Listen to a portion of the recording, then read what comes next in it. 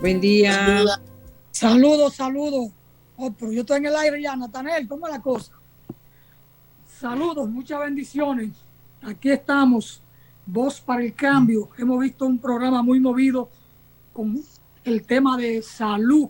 Así es que ahora pasamos a otro segmento para conversar con don Roberto Payano y una invitada muy especial desde una colombiana. Así que vamos a conversar de temas interesantes, temas que nos mueven y nos mueven a la solidaridad. Don Roberto Payano todavía no aparece, pero bueno, son de las cosas de este mundo de Dios. Este es un programa que apuesta a la unidad de los pueblos latinos caribeños. Este es un programa que asume el tema de la humanidad, de la solidaridad. En el día de ayer temprano, en la mañana, don Roberto Payano escribió algo que a mí me conmovió y que yo lo suscribo y que como tal lo voy a compartir con los amigos televidentes de aquí y de allá, porque este espacio tiene una transmisión internacional. Escribió don Roberto Payano lo siguiente: creo que nada me obliga, pero por si acaso pido perdón. Soy ciudadano de la República Dominicana. Sin embargo, debe quedar claro que soy solo uno más entre más de 15 millones de nacionales dominicanos, incluyendo la diáspora. Soy solo un súbdito del privilegio de la fuerza del Estado. No soy miembro de la Corte Real. No soy más que parte del 80% de mis conciudadanos que a veces no tienen para comer, mientras todos los que ganan elecciones hasta hoy se roban miles de millones de pesos. En consecuencia, no tengo la más mínima responsabilidad por los actos del gobierno de mi triste país. No obstante, y por si las moscas, deseo pedir perdón a todas las personas decentes del mundo por la invitación vergonzosa que está cursando el Estado Dominicano al presidente asesino de Colombia, señor Iván Duque. Yo suscribo definitivamente todas esas palabras del hermano Roberto Payano, solo que yo acomodé las comas del lugar para poder leerlo de manera más cómoda o con la pausa que yo entendía que debía hacerlo. Pero es un texto que nos representa a muchos dominicanos, a cientos de miles de dominicanos que queremos la paz, que queremos la convivencia pacífica de nuestros pueblos y que abogamos por una mejor humanidad, que estamos contra la violencia, contra la guerra y que estamos por una democracia más inclusiva. Así es que, gracias a don Roberto Payano, no sé por qué no aparece todavía por acá, pero bueno, ese es don Roberto Payano, un hombre del teatro. Paola Arciniega, nos alegra que esté con nosotros por primera vez en nuestro espacio Voz para el Cambio, esta voz que grita por la paz y por la unidad de nuestros pueblos. Nos alegra, Paola, que esté con nosotros. Tengo la información, Paola, de que eres de la parte de Bucaramanga, ¿no? Sí, sí, señor. Bueno, pues nos alegra que esté con nosotros. Santanderiana. Como le envié en la descripción, yo pertenezco al Polo Democrático Alternativo, el PDA, que ha tenido unos grandes cambios para llegar al PDA, y también pertenezco al Comité de Solidaridad con Presos, soy voluntaria del Comité de Solidaridad con Presos Políticos en Colombia, y también pertenezco al Comité de Solidaridad Juan Gualdrón de la Casa de Bucaramanga, de solidaridad con Cuba. Y soy fundadora también de una fundación que se llama Himenóptera, que trabajamos con las mujeres, con aquellas mujeres invisibilizadas, sometidas, discriminadas por muchos factores, por el factor económico, por el factor social, y estamos como en la búsqueda de eso. Y muchas gracias por la invitación tan maravillosa y la oportunidad tan maravillosa que se nos está dando aquí en tu programa. Muchas gracias, Paola. Aprovecho para saludar ahí el contacto con nosotros, gente que nos está siguiendo: Carmen Mosquea, Zacarías Durán, don Aristóteles Poncerrate, Paula Xiomara Méndez, Francisco Rodríguez. Gracias, Fran, por estar ahí. Muy buenos días, Fran. Don Jacinto Sención, que nos escribe. Don Aristóteles Poncerrate hace un comentario. Vianney Altagracia Piñeiro López, ahí en sintonía con nosotros. Gracias a la doctora Piñeiro López por estar con nosotros. Gracias ahí a Ana María Linares desde Barranquilla, que está en sintonía con nosotros. Gracias a Aura Celeste, Aura Pareja Benítez desde Colombia. Es que aquí tenemos una abogada, una hermana, una mujer emblemática, muy decente, muy preparada, muy amante de la justicia, una mujer muy honesta, una servidora pública que ha dado cátedra de pulcritud, de eficiencia y de apego a los mejores principios y valores éticos. Aura Celeste Fernández. Y a veces se me cruzan los cables con Aura Pareja Benítez, que nos sigue día a día desde Barranquilla, Colombia.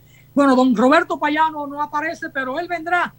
Él se cuela en cualquier momento. A ver, Paola Arciniega, si nos ayuda a entender un poco, porque hemos vivido junto a ustedes estas décadas de violencia en Colombia, de un pueblo grande, culto, un pueblo que tiene muchas riquezas naturales, de gente noble, de gente buena, de gente estudiosa y muy trabajadora, pero que han estado atrapados en una violencia de casi 6 décadas.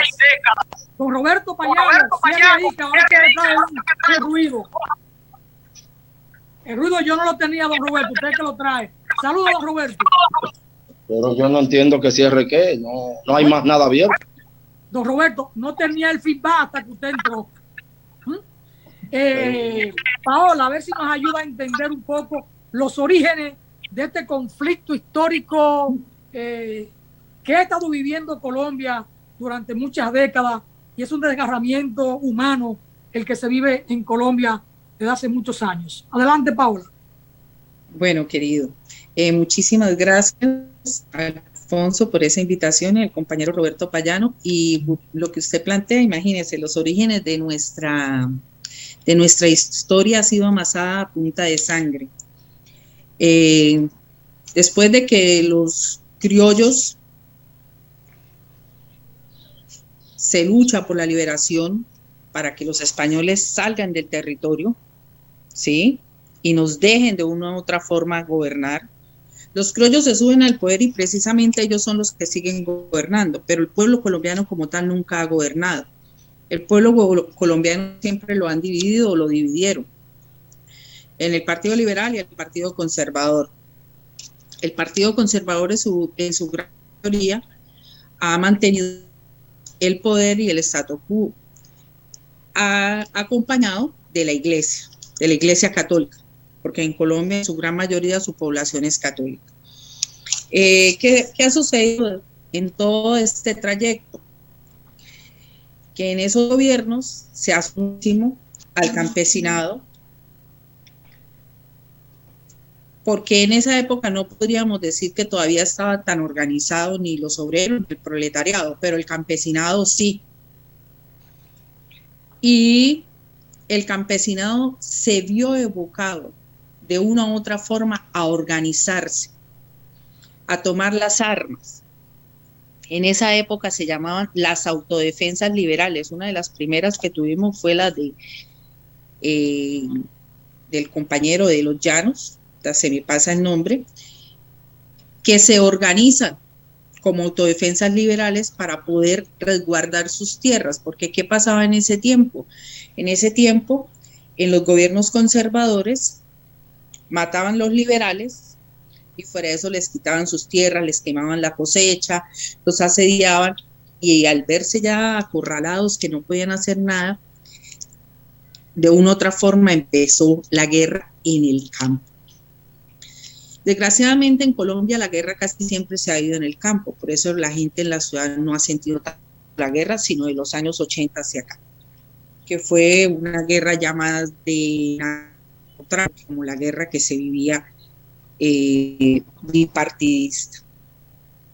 A raíz de todos estos movimientos que se dieron y toda esta polaridad que se dio, el pueblo colombiano siempre ha vivido en esa guerra, compañeros y compañeras. Decía el señor Terra que si realmente en Colombia se supiera o la gente fuera consciente de la sangre y el dolor que hemos llevado, todos estaríamos enfermos. ¿Por qué? Porque ha sido muy triste la historia colombiana. Ha sido una historia de guerra, de desapariciones, de torturas.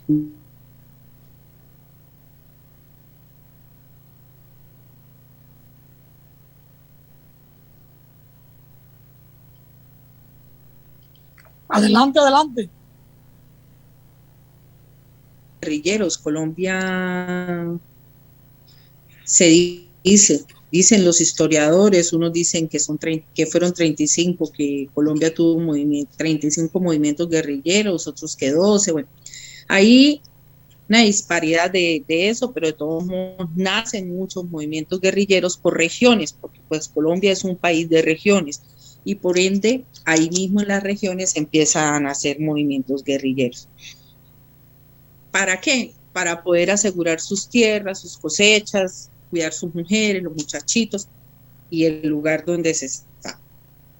Así como tal es que empieza. Entonces, desde esa época empieza también la incredibilidad que se le tiene al Estado. ¿Por qué?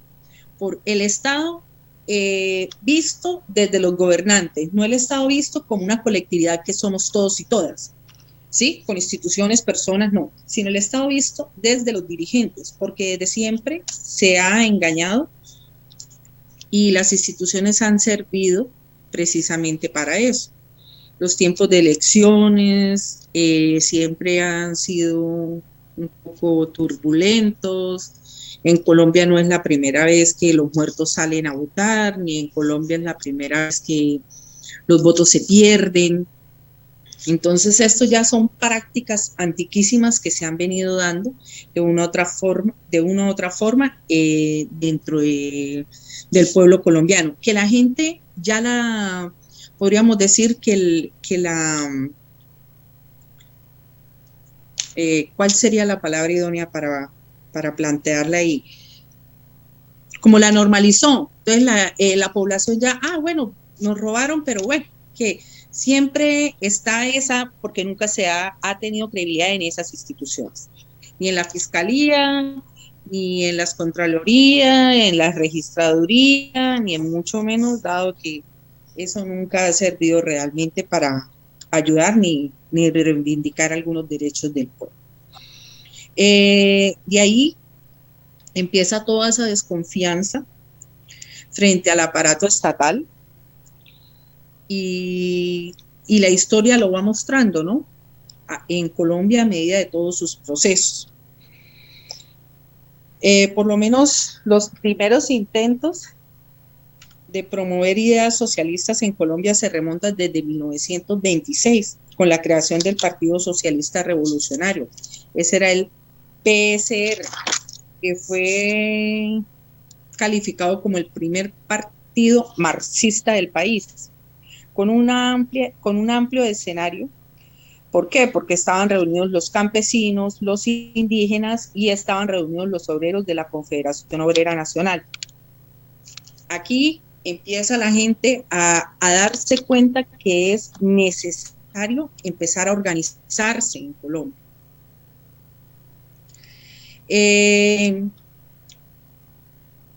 Este Partido Socialista, de una u otra forma, se desmonta o no se desmonta, sino pierde fuerza, se podría decir, pierde fuerza tras la masacre de las bananeras.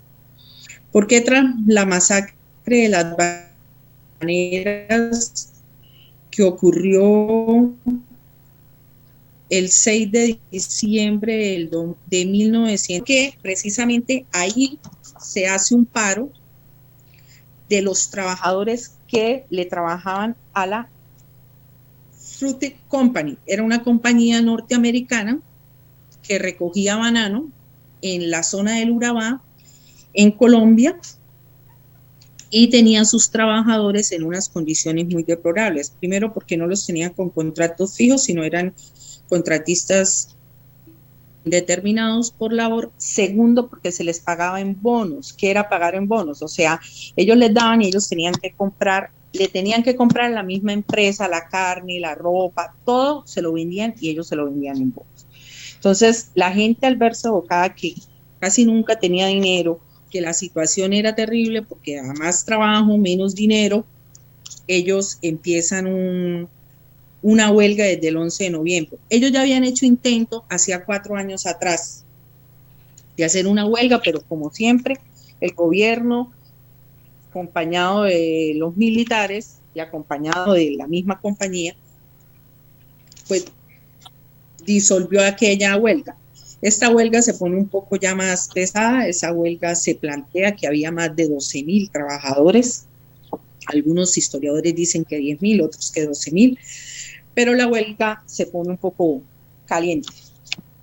Se calienta en el Eferver. Llevaban casi un mes de huelga en Ciénaga Magdalena y realmente el nefasto de esta huelga fue la masacre que se dio para el 6 de diciembre, que se da la orden de que si no desalojan la plaza, van a disparar.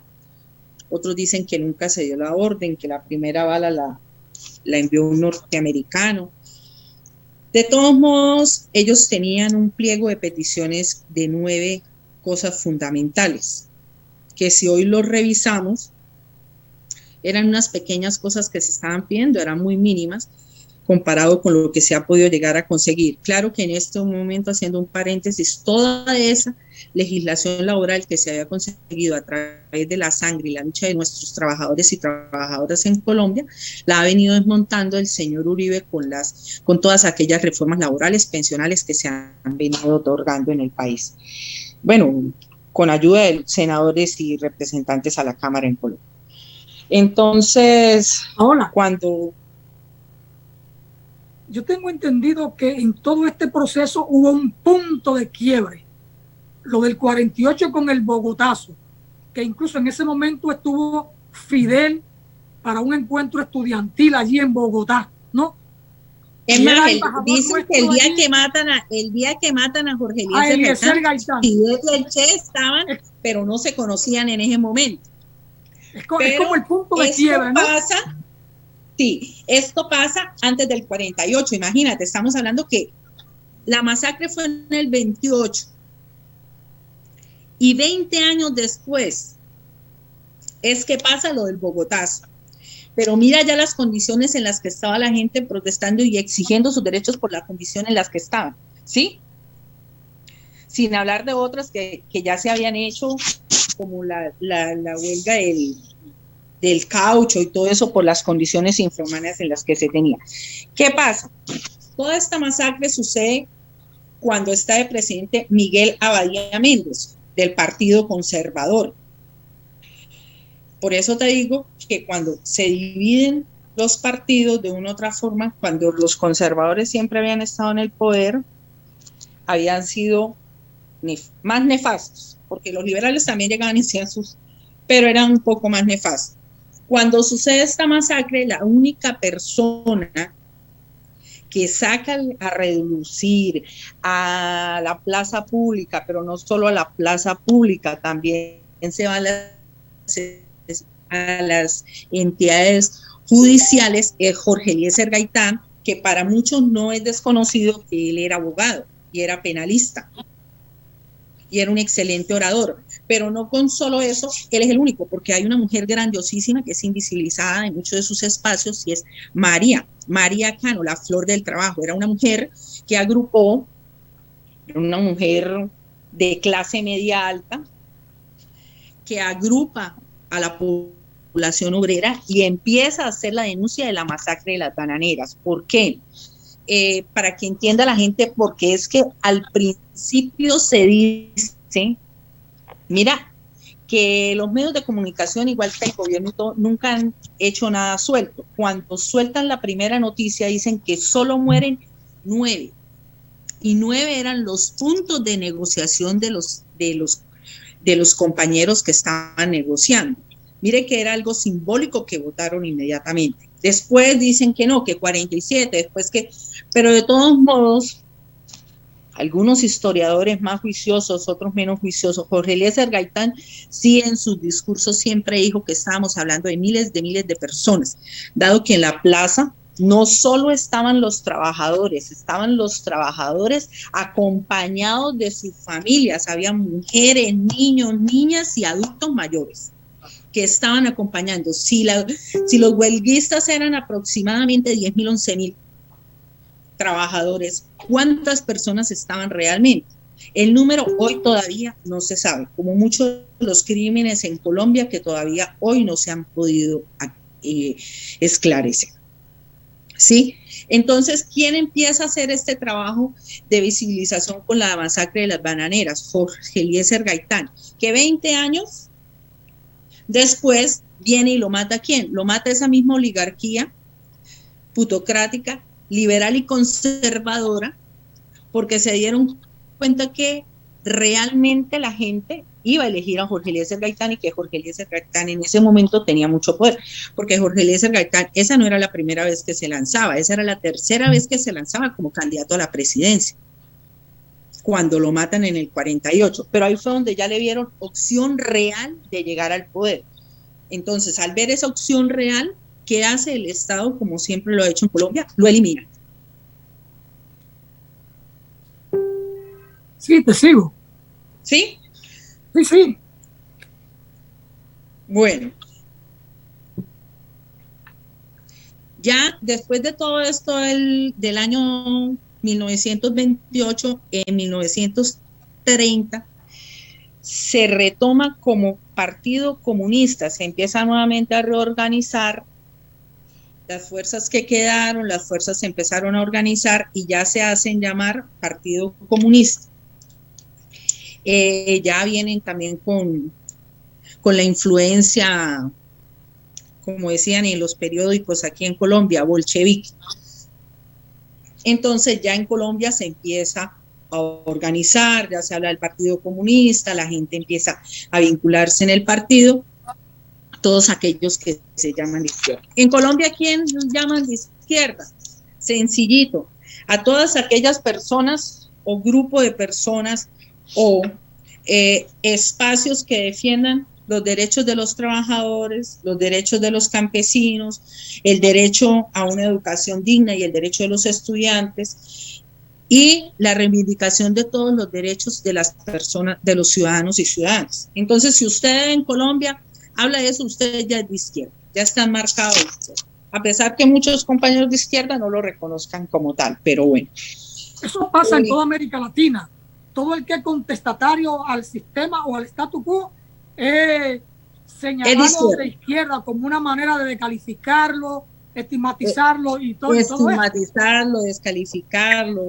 Bueno, entonces aquí ya empezamos, por lo menos uno de los presidentes, que a pesar de que no es de izquierda, en 1936, Alfonso López Pumarejo fue una agenda grande, social, fuerte, que hubo en aquella época, que le dio de una u otra forma algunas garantías a campesinos, a los trabajadores, dio como un pequeño espacio de oxígeno, ¿sí?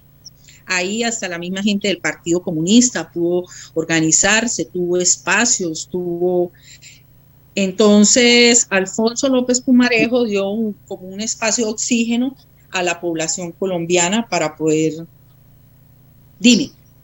Bueno, yo también necesito, o el programa necesita un espacio de oxígeno y debemos ir a una pausa y retornar con don Roberto Payano, que se está acomodando, se tomó el café para tranquilizarse porque él da unos brincos y se espanta, ¿no? Vamos a una pausa, señor director, y retornamos con un nuevo enlace para que Paola Arciniega pueda conectarse con nosotros, lo mismo el hermano Roberto Payano. Pausamos. Dale.